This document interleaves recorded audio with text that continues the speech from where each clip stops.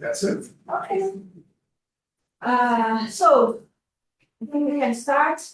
For the ones that do not have coffee yet, still have some coffee and snacks there, so feel free. Thank you for being here, everyone.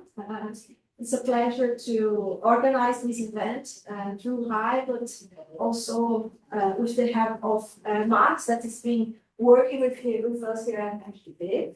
I was in charge of organizing things, and I would like to welcome Marcel for being here at FGB today and join us in this event to share his knowledge on the social media impact for our research. Just before we start, I would like to hand over to Max. Thanks for the invitation. I'm a DBA student at FGV, so it's a pleasure to be here and to have Marcel with us. As you know, and especially the DBA tries to connect theory and practice, and this topic that we are going to talk today on how social media can help researchers increase their impact is a very important topic nowadays for us, not only to bridge this gap, but to increase the audience of the research you guys make here. And so as Juliana has just told us, so Marcel is a full professor of open and collaborative innovation at Eindhoven Technology University, and he is going to launch this book about social media for research impact in some weeks, in a few weeks. And we thought that would be great to have him here to share some thoughts about this topic. So we organized a session in a way that he's going to share 15-minute presentation with us. And then we're going to talk more about the challenges, the opportunities, the dilemmas of using social media for research impacts. So Marcel, the stage is yours. Thanks a lot for being with us. Well, thanks so much. It's a great pleasure. Yeah. Question I have, you can switch the slides. No, I haven't. Sorry, I just forgot to. No worries. Yeah. Good. Yeah. No, but it's a really great pleasure to be here and about this topic. So it's a topic that is deep. It's actually related to a new.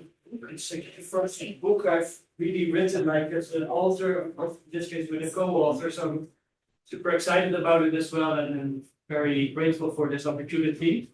To talk about social media for research impact, where in that book, but it's also what I truly believe, we really focus on the importance of sharing ideas, building networks, and making a difference in general, but also then how can you specifically use social media to do that. So I'll try to go through a few aspects as we have addressed them also in the book, that hopefully give you some interesting insights and a kind of a framework for how to think about this topic. And then of course we have hopefully more opportunity to delve into the details as well. So actually how we set up the book in the beginning is to make a distinction between sort of these two worlds of research that we live in. One that is really the sort of slow-paced world, which is about, the research. It takes time, to develop those skills, get things, published in journals, go to conferences, really takes a long time. It's kind of really slow-paced, that's it, which is still very important because the research is still the core. At the same time, we live in this fast-paced world, especially these days, social media, AI, and you name it. We have to build those networks. We have to show like what we are doing, make all those connections. And these two worlds are maybe a little bit in tension, especially when you bring the social media and research together. But I think there's an opportunity to link that. And that's what we hope to do in the book. So then I've got like 15 minutes. So the slow-paced part is that I've been spending a lot of time thinking about this topic and writing the book with my co-author, and then I get 50 minutes. So that's how it goes. So that's the space we have to navigate, but I'll do my best. So just to get started, so why is this important? Why does it matter? So and again, I mean, the research we do, besides teaching, obviously, but the research is really the fundamental of what we do. But the question is, what do you do with it, right? In a way, so it's still important that you may have the best research in the world, but it has to get out there, right? I mean, you have to find ways. Of course, you want to publish it, or the journals make it available, but still, when is somebody going to read it? And I think this is becoming more and more important. I think in the old days, don't consider myself to be that old, but I still do remember that we actually, we had actually physical journals, right? And you would go through them, and you had a set of journals that you would really, kind of keep an eye on. But now it's much more distributed, right? And there's so many journals out there.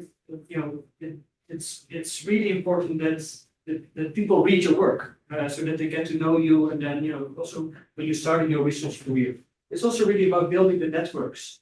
It's very much a network-based community and the type of work that we do. It's not something, of course, it can be very individualistic and lonely sometimes to do the research, but still you're part of a larger community, of a larger network. And ultimately, of course, you want to do the research. It's important in itself, but I think you can make the argument you almost have an obligation, an ethical obligation, even to get your work out there and to maybe address some of the societal problems, of course, in a particular way. But this is exactly where I think social media plays a particular role.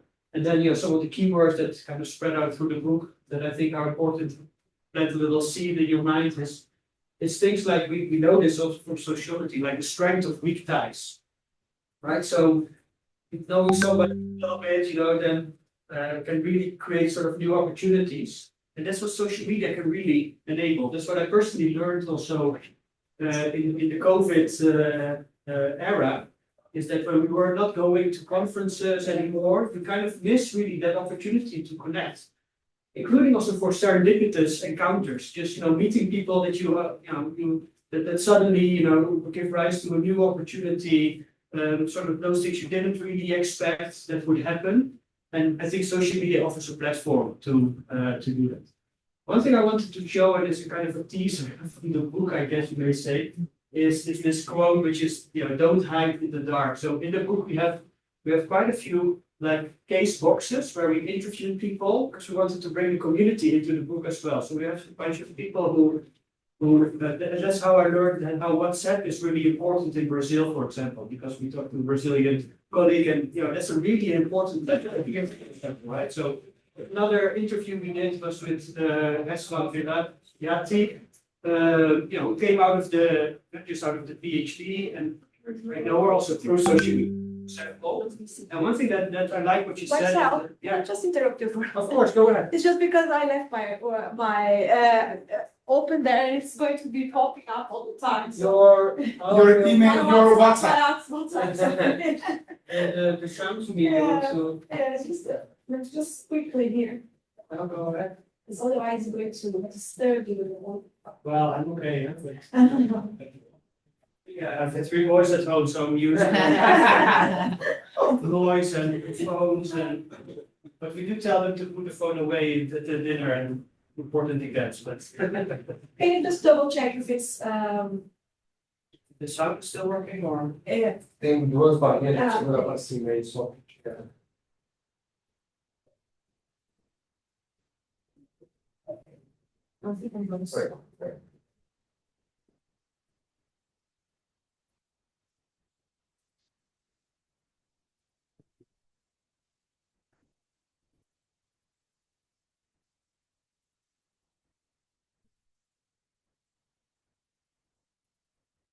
I think now it's okay. it's okay? I'm sorry. No, don't worry at all. As long as it doesn't go off my time, it's no, thanks. So it's working? I think so, Yeah. And I want just to showcase this as one of an example. And one thing that I like what she said when I did the interview with her is that even when you are PhD students, she said don't hide in the dark. I thought it was kind of a good expression. Because when she tried to explain that you can't wait in silence for people to notice you, right? You can be the one to start a conversation, but how do you do it when you're at the beginning of your journey? You don't really have papers to show that. So one example that she gave is like you can what you may have is the courage to share your curiosity, right? And she said, like, if you read something interesting, like an interesting paper, you can say something about it. You can post, oh, that's a new paper, it's interesting, this is what I learned from it. This is like a small thing, but it's something where you start, to engage in wider conversations, create some visibility. So I thought in that sense it's a good example. Right? So it's one of the examples that we have in the book, and I think also really emphasize this authentic presence, which we also really stress in the book, because it's not just about posting stuff all the time, but it's really what is your voice, what is your opinion, and to find that right way of posting things is also really important. And this is just one example. So I thought it was maybe a nice kind of teaser for the types of examples that we have in the book. Can I just I think that's very interesting, because in a way we are kind of thinking as researchers that we need to publish things that we produce. Yeah. So in terms of increasing the visibility of our own work, but I think your point here is a bit different. It's not about publishing things that we have published, but creating a conversation. Yeah, definitely. So obviously, I'm not going to say it's not important to post about your own work, but I would at least take a step back and have a broader perspective. So that you can also post about somebody else's paper. I think it's actually a very nice thing to do, also for that other person. So you, in the end, it's maybe somebody else may do that back for you at some point in time, right? So it's I think more that kind of collective and community orientation. That's at least what I've always done for everyone. So even in my own research domain of open innovation, for example, obviously I'm happy if I publish a paper and I try to mention something about it. But for me, it's also important that the whole community around it grows and that we get more visibility. So I'm just as happy if somebody else publishes a paper, or we have an interesting event, or that. So that's also things you can really post about. So it's more the sort of joint value creation, so to say, that I think is indeed important. And the example here, indeed, as you say, it doesn't have to be about your own work. I think it's actually even more nice if you can post something about somebody else's work. If that answers your question. So that's, I think it opens up a little bit different perspective, but it's indeed part of the point that we want to make in the book as well. I think something changed with the. Yeah, just click on the, Or is it the? yeah, announcement work.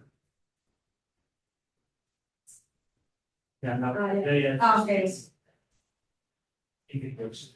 sorry about the technical issues. No worries, no worries. Yeah, okay. Yeah, so I don't have that much in time, so one thing I wanted to sort of share as a bit of background. It comes back, I think, to some extent to your question as well, is sort of, then, okay, what are the functions of social media, as we try to set them out also in the book. So the first thing is dissemination, which is what we just talked about. Of course, you can share your own work with other academics, but I think there's a wider world out there than just your academic peers. There can also be other domain experts or other stakeholders, from industry, from policy, and even the wider public. I think this is really an opportunity that social media provides, because I don't think that many managers, policymakers, or citizens are going to read our journals, right? So, but how may they know about the research that we do? Well, this is one function that social media may have as well. The networking, I think, is another element. I think it's so important to be, connected to others. It also helps, of course, to increase your visibility, but it creates all kinds of other opportunities. You learn a lot from others. Of course, people get to know you and your work, and if you're doing well, then it kind of gets spread and gets known in the network. And it's also where you meet, new co-authors or also from industry, potential partners for research projects and so on. And again, social media is one way to enable that. Then in terms of ideation, so of course you can get ideas in all kind of different ways, but social media just opens up like a whole world, to be inspired by others, their way of working. Maybe they use other kind of methods that you have not really seen before, so that may inspire you as well. And it offers really a way for you to even make sense of your own work, to sort of get broader perspective.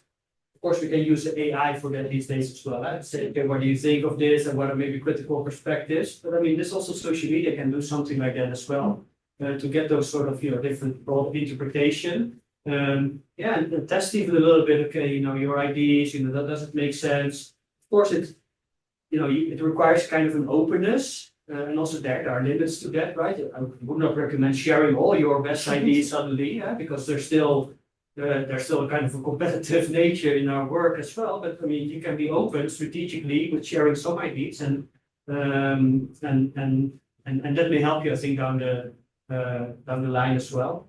And finally, I think it offers an opportunity for co-creation. So of course, you can get all kinds of ideas, and you can feed that back. So the iteration, I think, in itself is very, very useful. And again, it offers like a platform to be inspired by sharing ideas, bouncing back ideas with others as well, including those that you would anyway maybe meet. But social media in particular, I think, also gives an opportunity for you to meet sort of less usual suspects, so to say. And I think this is really a unique advantage, again, of course, the strength of Weak Ties, that you have the opportunity to see things from other perspectives and kind of co-create new ideas in that way as well.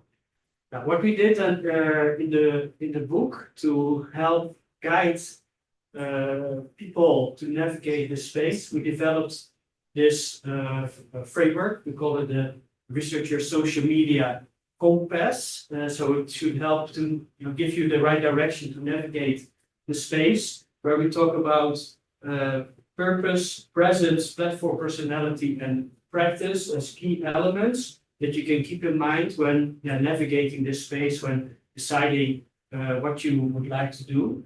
And I think So, well, let me first say I'll go through each of them, just a minute or so, and then it will take some time to go through the whole thing before I conclude. But it's sort of at the center is this idea of purpose, which is really about, okay, why are you using social media? Then it's also about, what is actually your presence? Where are you present? How can people see you? Which platforms do you use? Because there may be different options for that as well. What is even your personality? I think both, really personally, but also professionally. And how do you want to present yourself? And in terms of practice, what are the practical things you can do, and how can you create like a consistent presence through your practices as well? So let me just run through this framework with you for a couple of minutes here. So again, the center point we really think is purpose, because it's really about, we can do so many things, in our research, also with social media, but I think it's really important to keep in mind to do that with the purpose in some way, right? What is the, why do you do this? Like, why are you engaging online? And that's what I said in the beginning, right? Okay, maybe you want to, create your visibility. You're looking for new collaboration. You want to have certain impact in the academic world, in the real world, societal impact sense of the word. And I think it's important to think about it, because that can give you kind of some sense of direction, because it may have implications for the other things that you do, depending what your purpose is in this sense. And that may also change over time throughout your career. Also for me, it was maybe different when I was getting started. For me, it was maybe more about starting to build network, get some visibility, get some inspiration. And over the years, I think I've been trying to broaden also my impact and connect to other domains and those kind of things. So it's also something that changes over time. So I think it helps if you sort of define your goals in a sense. Think about who is your audience, what are the outcomes you would like to achieve, what is your contribution. And it's also useful to think about how this aligns with your personal values, because it's really you as a person at the core. So again, we have a lot of AI technology there, but it's also very much a personal matter. So I think you should do something that fits with your own values, and it may be useful to think about what fits with the institutional values. There are some places where people work that maybe value certain things in a different way than others. Of course, if it's valued that you reach out and you have this broader engagement and dissemination, yeah, then it may fit really well with that way of working. You may even get institutional support to do that. But other cases, it's less so, right? So you also want to adapt to that, I would say. Can I just- Yes, go ahead, go ahead. So going back to purpose, do you think that this is kind of the trajectory of junior scholars towards more senior scholars, like start with visibility and then on collaboration because with spell network and then on zero? Do you see it that way or? Yeah, I think that's a logical sort of sequence. And I think you would probably do the same without social media also, right? I think that's anyway a logical thing to do. Then with the example of the rest one in the beginning, like, yeah, you don't really have that much to share in terms of actual paper output. So yeah, then but you still have an objective to connect to a community, to become visible, to become just seen for what you do. And then you will adjust, I think, your strategy to that. So in that example, I think as a junior scholar, you would maybe say, okay, I read this interesting paper, this is what I learned from it. Or you say, well, this my first conference presentation, really exciting, overwhelming, and I think it's interesting to share. I find it interesting to read those sort of stories. But me personally, I'm less inclined now to write about every conference that I attend, right? Because I think that takes up also space for others to talk about it. And I may have other things that I want to prioritize and also don't want to overwhelm that space, right? So I think that it's part of that sort of trajectory that you sketch it as well, that you start maybe from small visibility, building some networks, then that will grow and will become sort of self-sustaining. Then at some point you are more sort of impact oriented. So I think that's a logical trajectory in that sense, I would say. You agree with that, or? No, yeah, so Okay. Yeah, then the other thing, sort of, based on these, objectives and the purposes you have identified, then I think it's useful to think about your presence. So really assess your, let's say, your digital identity. And I think the first exercise you may do is just Google yourself, right? What do you look like? What is your digital sort of footprint, your digital identity there? And I'm still quite surprised, to be honest, to see that many people. I mean, if you Google them, I mean, I said that you meet somebody in a conference. Oh, that'd be, I don't know, no picture, no nothing, and it's already difficult. Like, does this person exist or no? But, so I think you can think about it in that way. Like, can be your website, can be LinkedIn, page or Google Scholar, and even if you have not so much to share, this is the beginning. So it's maybe a small investment to just think about, okay, what is your presence there, even in this sort of passive way, like website, for example, and then think about, okay, how am I visible? Like, just basic things like, I have a professional photo there, or maybe you want to do something else. It's a personal consideration as well. But I think this is like digital business cards, a little bit like how people identify you. So I think it's useful to have that clear picture, a bio, like what are you working on? It doesn't have to be that much, but at least it's a start. And sort of I would argue it's useful to be consistent across different platforms, because I think that sort of gives some credibility and trust. If there's different information across different pages, it's a little bit, it looks a little bit strange, right? So at least I try to do that as well.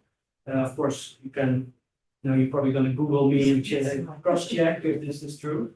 Although, to be honest, like, for example, my own personal website, I've been pretty bad at updating it, to be honest, because I wanted to. So I was not saying I do everything perfectly, but it's still something that I think is useful to consider regardless of the stage.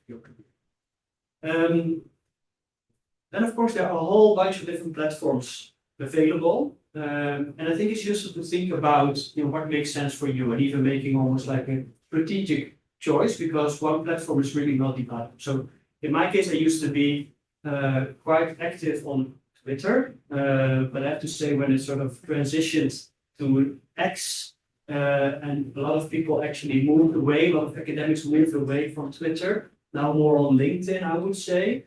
I'm also moving, that's becoming more my main space to communicate. and disseminate and connect rather than at the moment.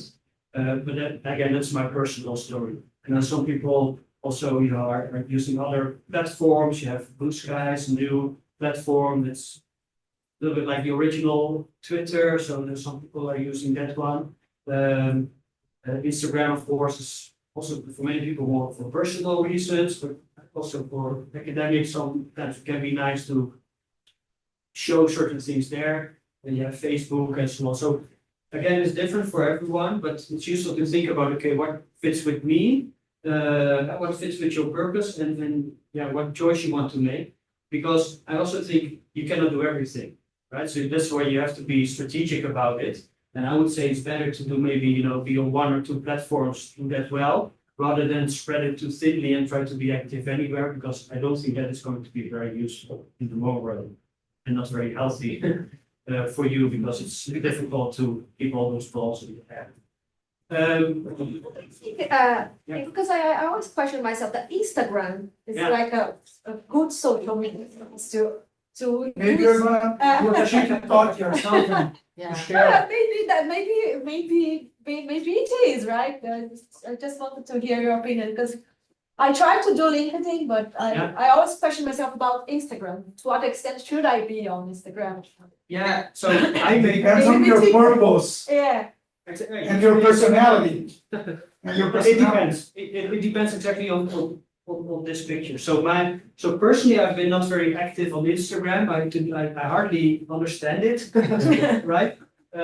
Try to get into it sometimes a little bit, but really not. Now I'm moving a little bit also because I see interesting things. So more like a passive consumer there, but in a very limited way. But I can see the potential of it. So I think because there are a lot of people there, it is where you start to mix a little bit personal and professional life. So I think it's maybe a little bit tricky for many people. I personally have less problem with it. For me, it's fine. I like to, show who I am, the same person as academic or like as a professional and in a social sense. But I know that's not so easy for everybody, which is totally understandable. But yeah, so I've also not really fully figured it out. But again, it depends on those other elements. But you have been like sort of more trying to. Yeah, I've tried to use LinkedIn, but when I had something I put on Instagram as well. Yeah. I always had this. Okay, is this the right place to put it? Because I had this question of people like posting things about trips and stuff. Yeah. Kind of, this paper just came out, and it just feels like. No, so for me, I have the same a little bit on Facebook. So I was on Facebook quite early, but actually initially more for professional networks, because I moved to a place that was sort of a little bit disconnected from other sort of cities and so on. But I felt, okay, this can actually help me to be connected to a professional network. And I think that worked well. But then at some point, of course, my family also started to join. And then you get all kind of weird things happening, right? Because then you post about like a conference or a paper, and then suddenly like there's also personal posts there, and then people start to comment on like, you have professional colleagues who post about like the pancakes that my mother made or something like that. So but I was like, okay, what should I do? But I decided, I guess, to embrace it. I said, okay, that's life, right? I mean, that's what I meant to. You're the same person. At least I feel I'm the same person in both of those contexts.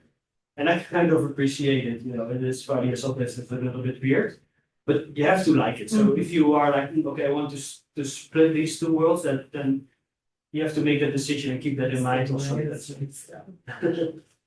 a good point. And so it depends very much what we talk about already a little bit on your personality, right? So how will you really present yourself? And again, I mentioned that before. I think it's important to find your authentic voice, because that's really, I think, how you can stand out. I think we see enough. I'm not judging that necessarily, but we see enough of these standard posts, right, about paper published, and I also have those posts myself.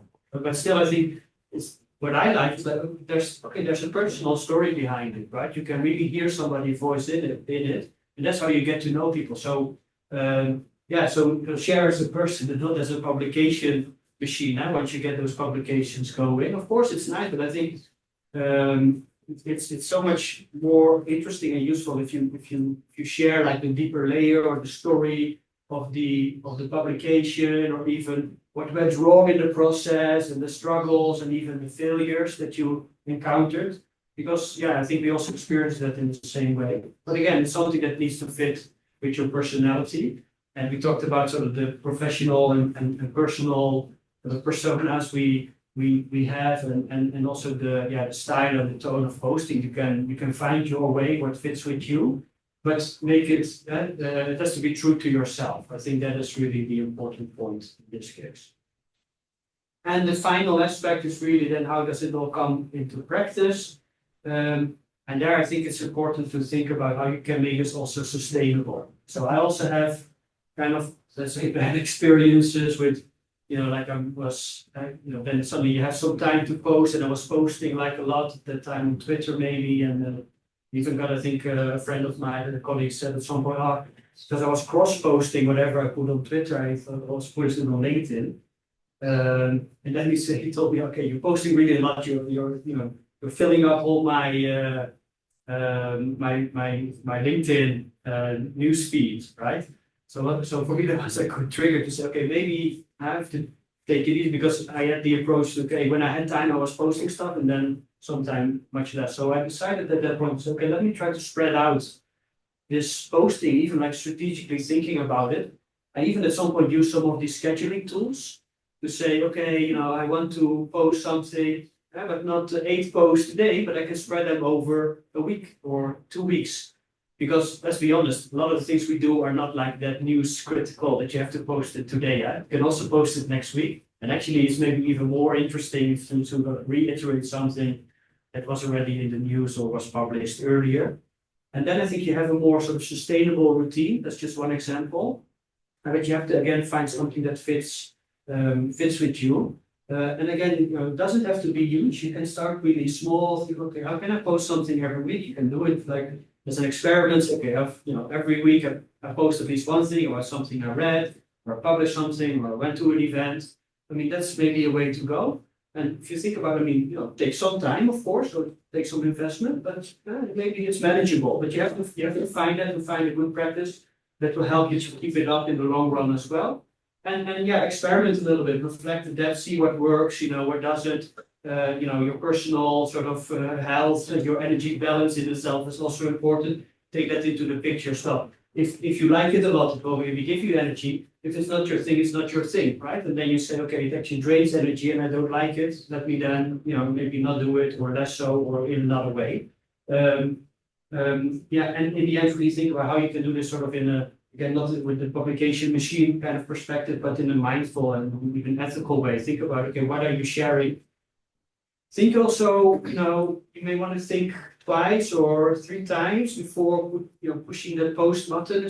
Like, what is the exact words that you use? It's the same when I send emails. Like, I have this, what is this delay in my emails of 10 seconds. That sometimes I press send, like, oh, I should have maybe framed this a little bit in a different way. And then I say, oh, no, cancel, and then I rewrite. So, but so that you can edit.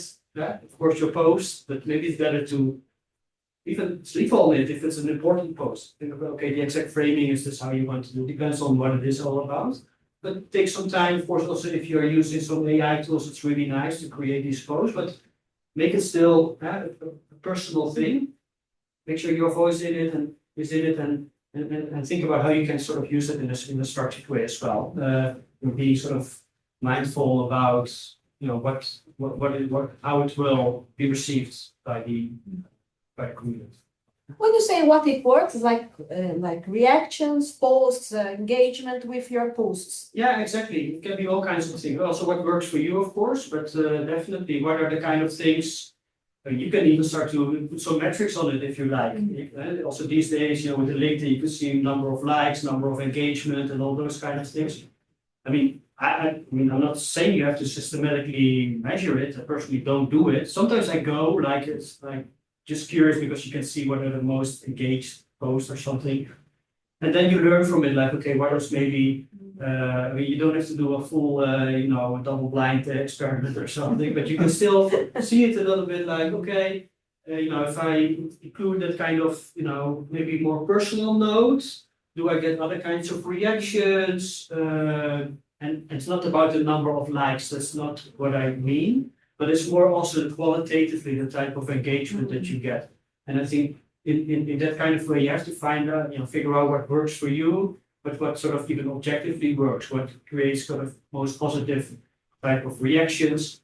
And by the way, it's also not only about posting yourself, you can also react to others, of course, right? So that's another way to start kind of in an easy way. Say, okay, what happens? Do people actually respond back, or do I get into an interesting conversation?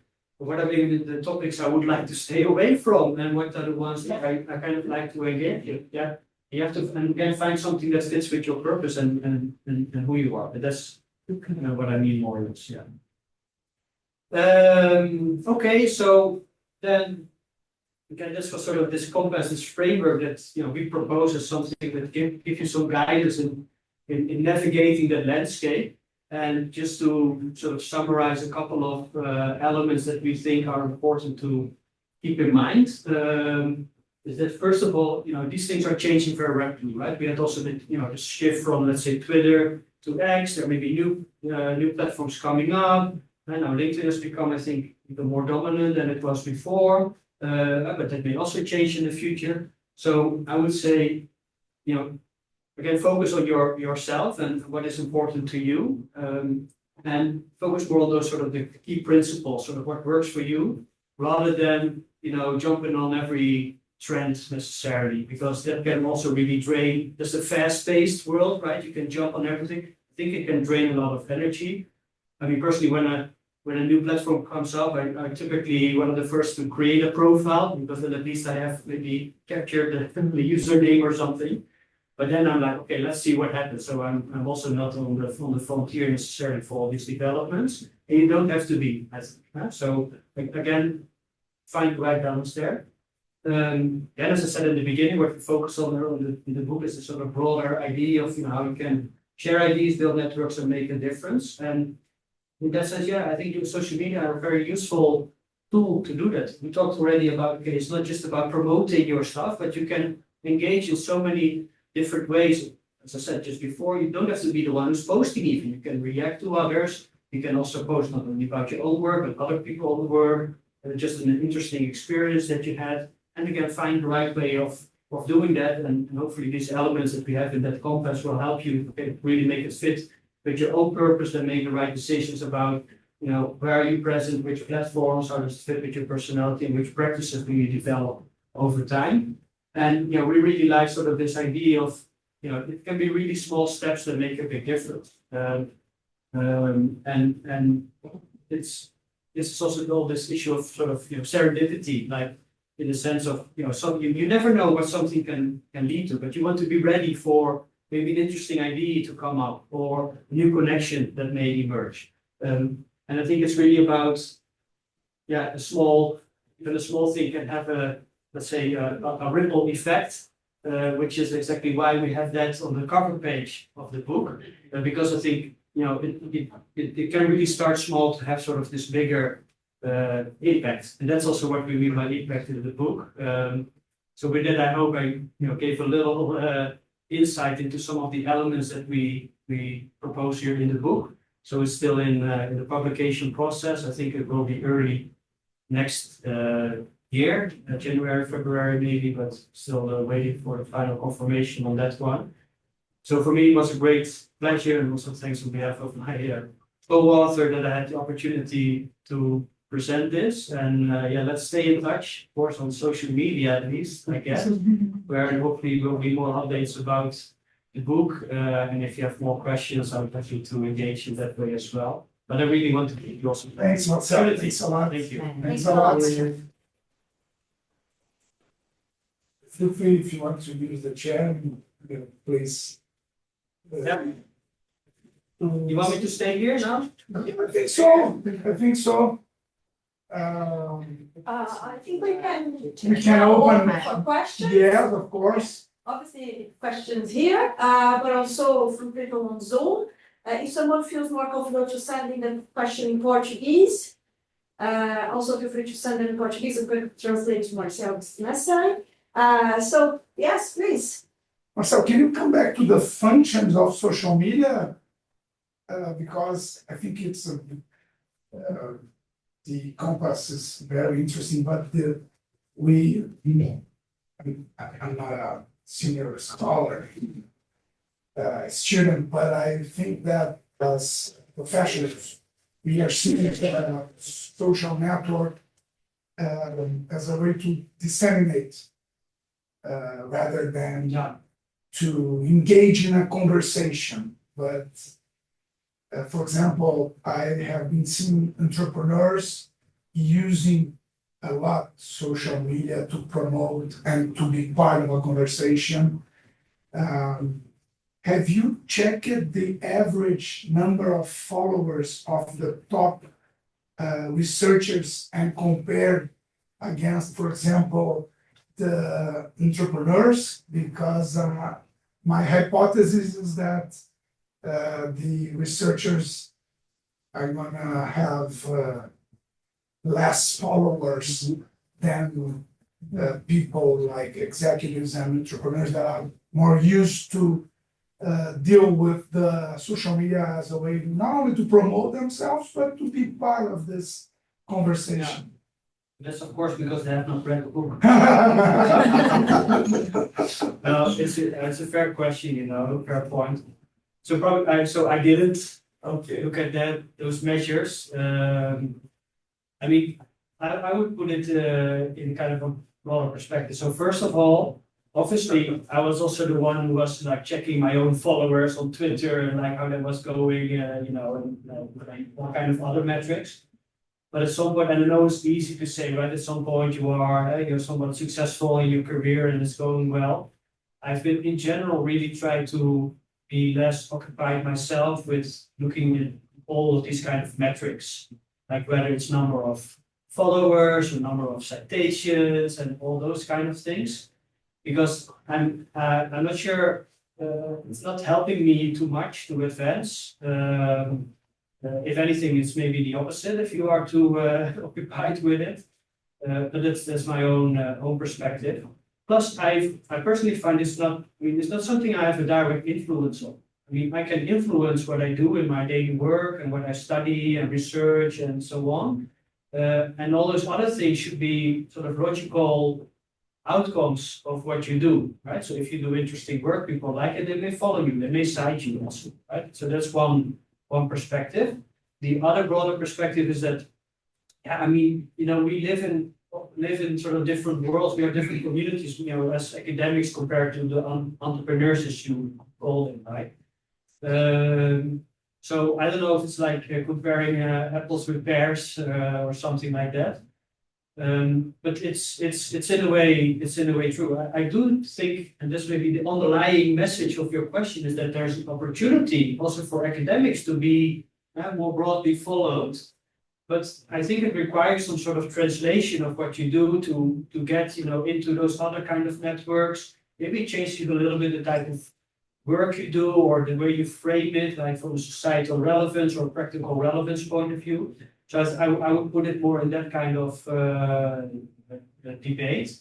I would be careful like measuring all these things. Although maybe we should like analysis, like after the book is published, like see if the number of followers raises. Yeah. Right. No, but I think the point we want to make is really, it's really like what I mentioned. What is your audience? Right? And I think it's just simply not the same between the typical academic and the typical entrepreneur or manager, who has also visibility in kind of a different way. And I don't think we can really expect from our academic colleagues to achieve that in the same way. But of course, if it is part of your purpose or your objective, yeah, then you can think, okay, how can I create a trajectory that allows me to get that kind of more visibility? But then you have to make a strategic choice and invest in your career and all kind of other things around that help you to get there. But it's a little bit far away from the typical academic research that many of us do. So there's a few perspectives. Se a gente vai disponibilizar a apresentação. Deixa eu ver se tem mais alguma. Can you share after a short version of the presentation? People are asking or something about the Ah, book. yeah. So, I mean, again, this is the first real book I wrote, so I'm learning a lot also the marketing strategies and Okay. we're working on it. So first of all, and this is why I'm working on my website. Anyway, so my co-author, so that's Mike Young, was also listed on the slide there. So he has a website, so he's more practitioner in the sense that he gives like also workshops for universities, academics to work with social media. That's kind of how we really complement each other quite well. So on he's better in maintaining his website than I am. So you can look that up. So it's Mike Young Academy is his business, that's the website. And there will definitely be there's some more information and what to follow up with sort of cases and things that didn't make it into the book. So that will be kind of become also a bit of a platform that we want to use. And also with updates, even as like a countdown timer. So when the book is so he's a little bit more professional than I am at the moment. Of course, we can also share this slide, for example, or I can think at least on the social media, of course, share when there's more information about it. But yeah, that's as far as I can say. But yeah, we can. I don't know if you have like a mailing list or something, or then we can maybe just share this. But yeah, I don't have yet a vehicle of how we can inform about more information, but you can definitely follow on LinkedIn and so on when there's more information about it. Okay. Then answers the question. Yes. Any questions here? I have just one. No. Can we come back to the topic, the platform topic here? Can you give me some clear difference between what is the perfect topic to share in the Instagram and the LinkedIn? Have some difference here, and what's the better post? Yeah. So I think, of course, it depends on all those other factors. So I think it's a very personal consideration what fits with you, and this is the point we want to make. That maybe on the type of purpose you have and the person you are, maybe one platform will fit better than the other. So that's the first point. But then to your question, I think that I mean, in that sense, it's a stark difference between, for example, Twitter or X on the one hand and LinkedIn on the other. Just to give two examples. Of course, Twitter was very bored with the 140 character limit, right? So LinkedIn or X is much more about a sort of short updates. Of course, you can still create like a thread of post or a longer story, but it's less sort of natural to read it in that way, I would say. So that's an example which is much more about sort of, short, snappy. This is where I think why a lot of like actual news is still, being posted on X much more because it's more fast paced than, for example, LinkedIn, where you have more space, right? There's still a limit as well, but you have more space to elaborate, to give some more fine-grained details of whatever you want to post. So that is much more for that.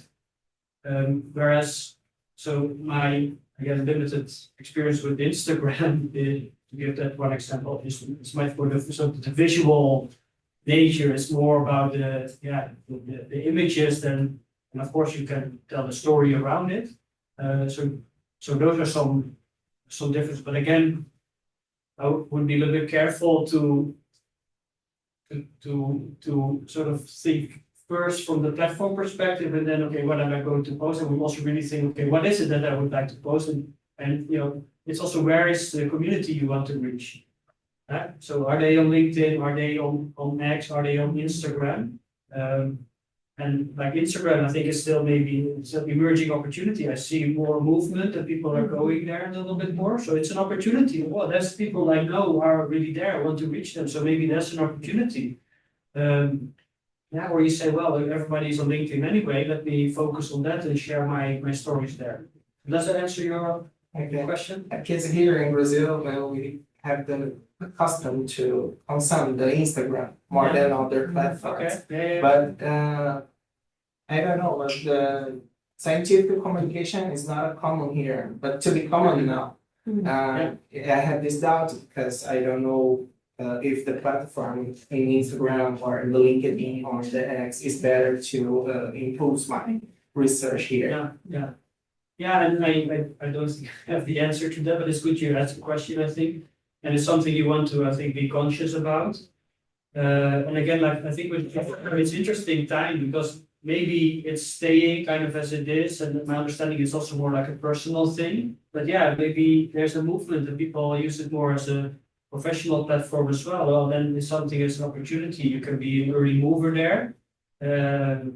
Or you are maybe more conservative and say, okay, I leave that for my personal weekend, for the weekend.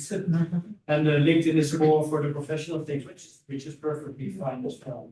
I could make a comment on that. My sister always tells me, you need to create an Instagram and maybe you can teach people how to do research. I don't think I can teach people to do research on Instagram, but I think her point is that in her community, she's a dentist doctor.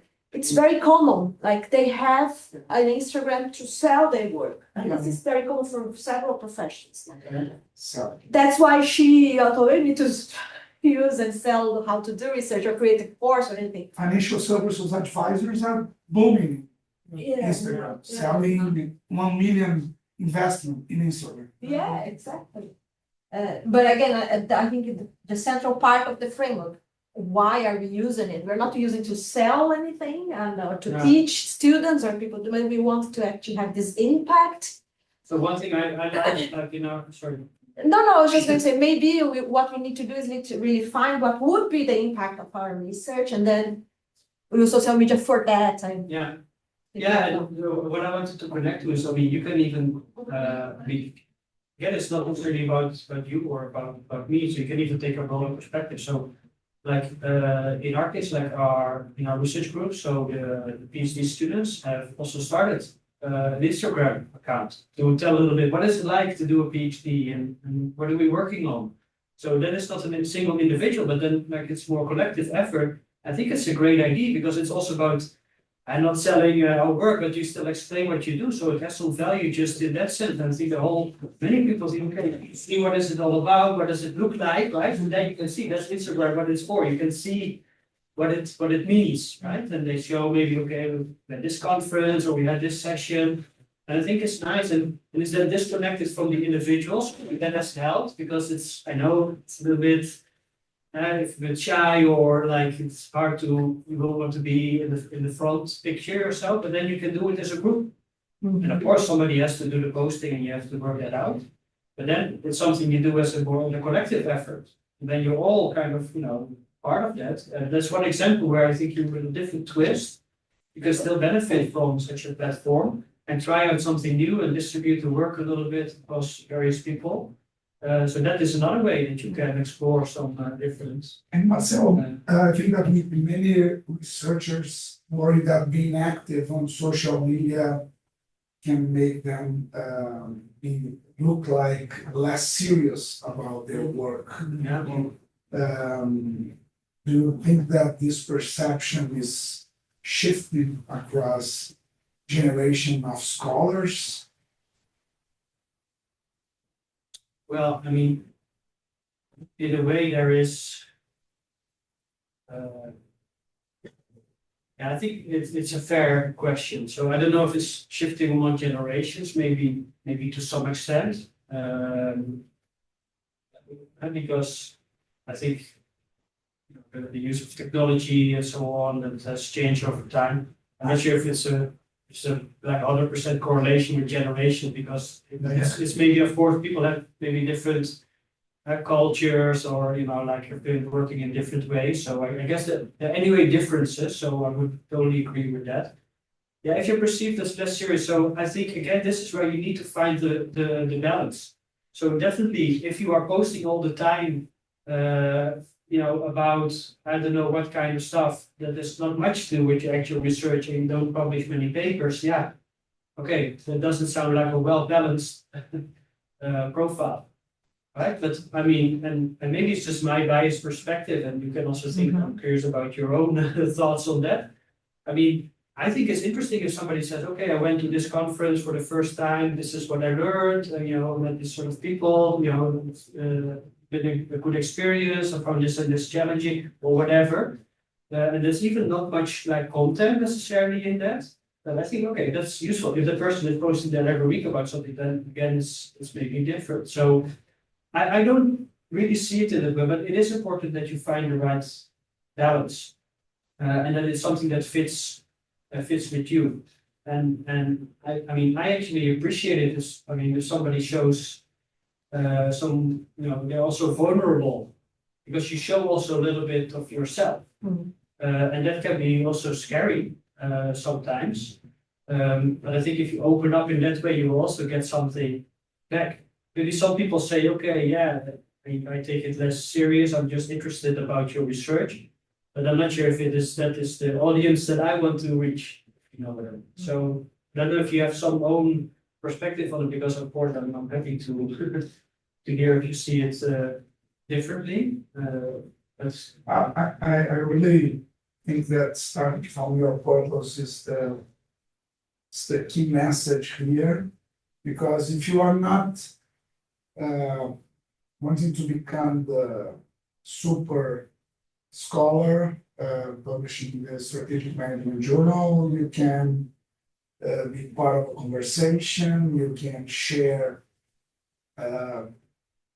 publications from other scholars and have a huge impact in some way, because it depends on what impact means for you. If you want to get invitations to be a keynote speaker in a practitioners conference, the number of followers be very important, and even more important than the quality of the journal of your publication. But if you want to get tenure in 3 years, I was thinking about if imagine if the university, I'm going to be considering your reach rather than your publications as a metric to get tenure. I'm not sure we are there yet, but I think I think it's going to become more important over time. So that is, so I agree with that, and I think you see some schools who are focusing more on the broader impact, rather than just strictly publications per se, which doesn't mean it's not important, because I think it's just as important, and you should still try to publish in strategic management journal, and that's not the point. But in general, I think it's really about having a balanced perspective on that. Even the publication portfolio in itself, we can have a long discussion about it, and I personally believe it's better to have a broad sort of portfolio perspective than like a more narrow, like, okay, these are the 5 journals I want to target. But it's also because I have been in context, in institutional context, where there was also appreciated, let's say, and that's what gave me tenure, if you want to call it in those terms, you know. But of course, that's not the case for all places. So other places are maybe more, you know, on the high level research, you know, maybe less about all this stuff around. Yeah, it's different, you know, it's not necessarily better or worse. I think we need all of it, but I mean, I personally believe there is an opportunity to put those things together, and there's a complementarity here also, in the sense that I think this can help you to become more visible also as an academic, and that will help you to become a better researcher and with more followers if you know, and citations, and that should be a self-reinforcing thing. But definitely something again that's fits with you. But yeah, do be mindful about, okay, what is my profile looking like? Where do I want to go? Yeah, what kind of perspective do I have? What is indeed demanded, you know, from my school? There you may want to think about before you go somewhere. To think about where am I fitting well, and is this kind of stuff appreciated or not? Yeah. I think we have one person from Zoom that wants to ask a question. It's Gabriel. Gabriel, we are going to try to open the mic and let's see if it works. Otherwise, you can post your question in written and then we can Perfect. Can you hear me? Yes, you can. Oh, nice.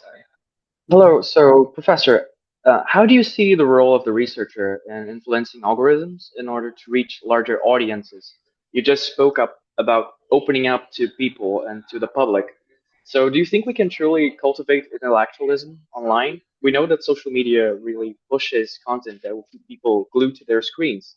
So, maybe if we keep in mind that scientific content can be presented in a simpler, more attractive format, there might be hope that new people will become interested in learning more about science. It's a challenge for sure to compete with the cat videos and vacation vlogs. Well, maybe you can make a nice cat video from your research. I don't know. No, I mean, you can even, I mean, you can do what you want. Even that could be an interesting angle to it, sort of breaking the ice, so to say. But I think the more serious part of your question, which is a good one, so thanks for that.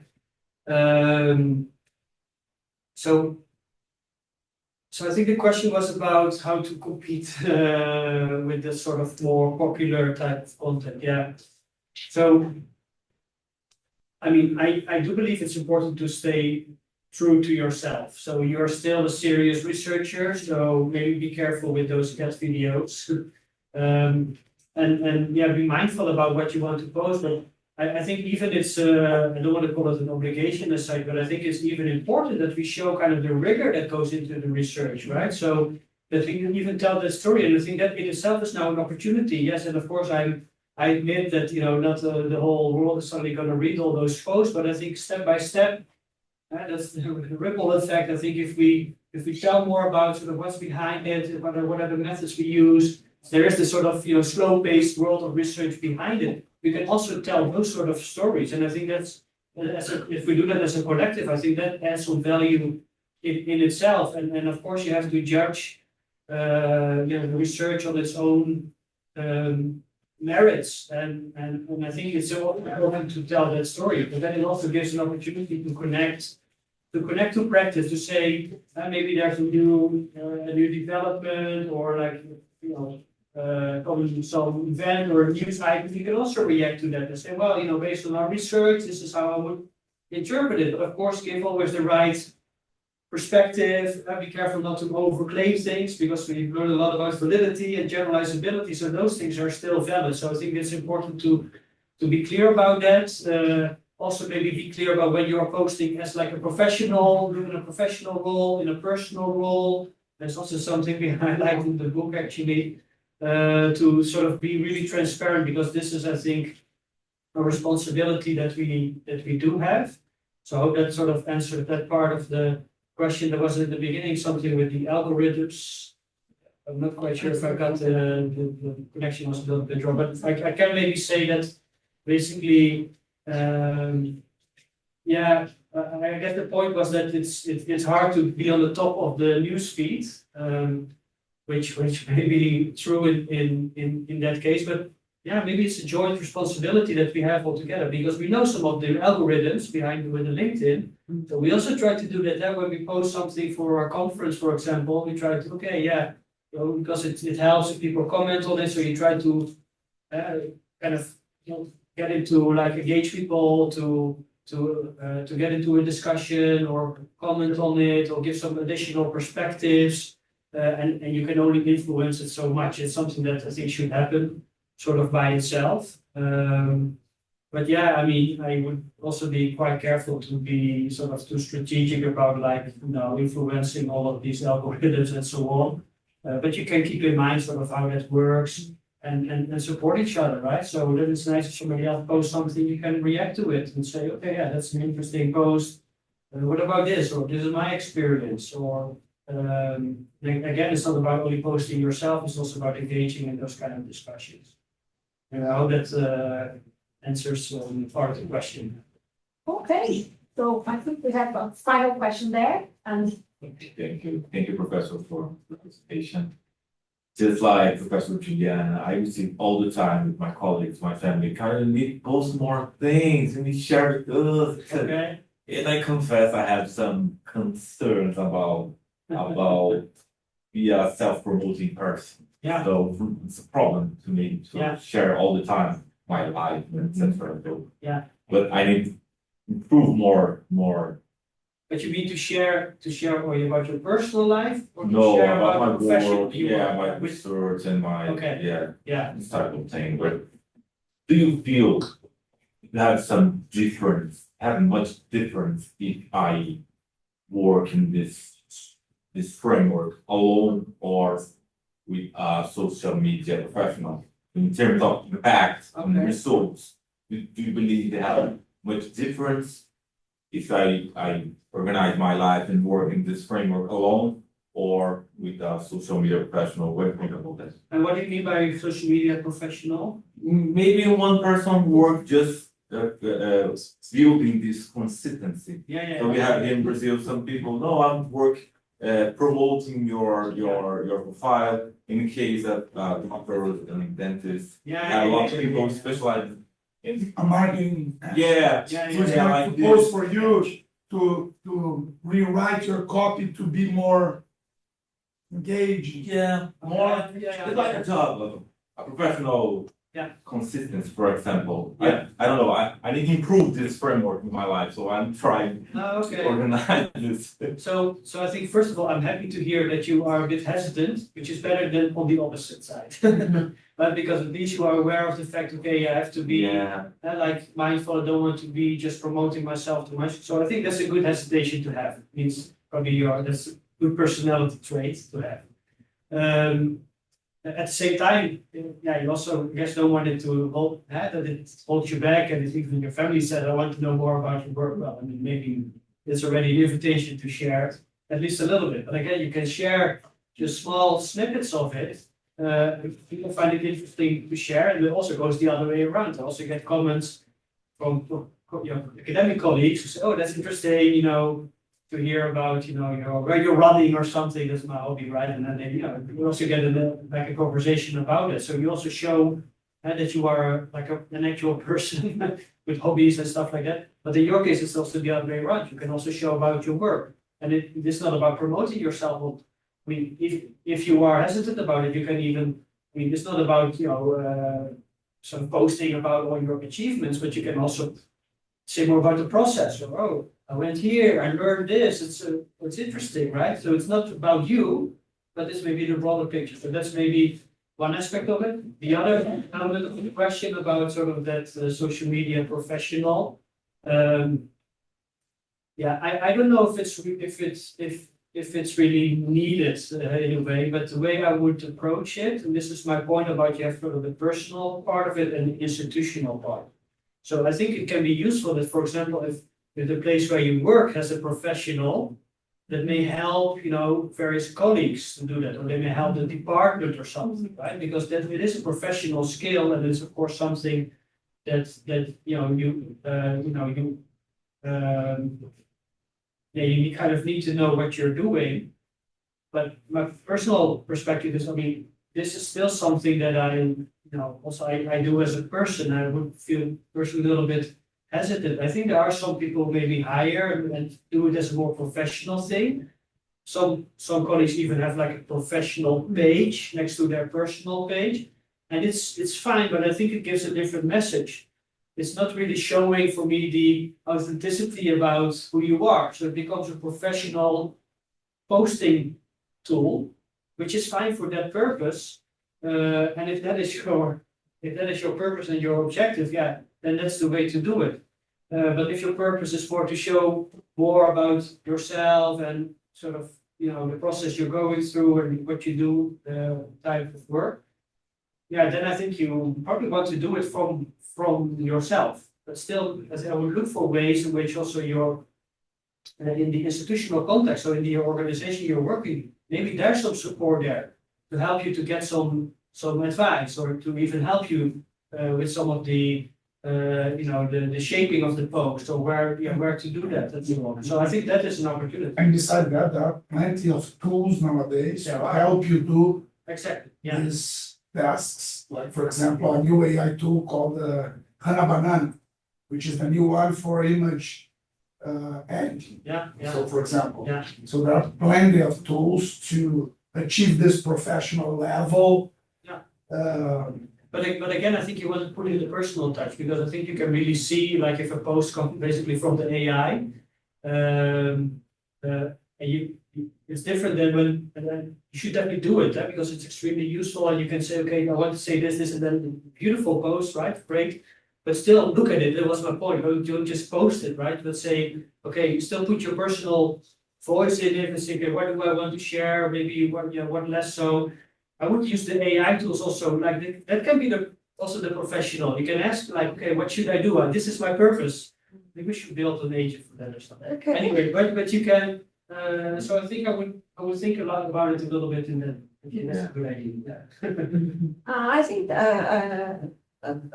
Victor from Zoom also made a similar question in how to help people overcome the shyness of posting in social media, but I think we have been discussing this. Yeah, so I think it start small. And again, you don't even have to post anything. You can just react to somebody.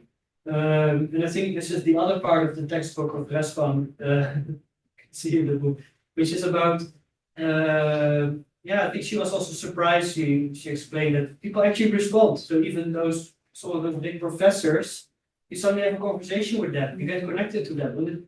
And that doesn't even have to be the purpose, in itself. But and maybe somebody responds, maybe not, right? But that's not the point. But it's these small things, and then you build up, there's relationships.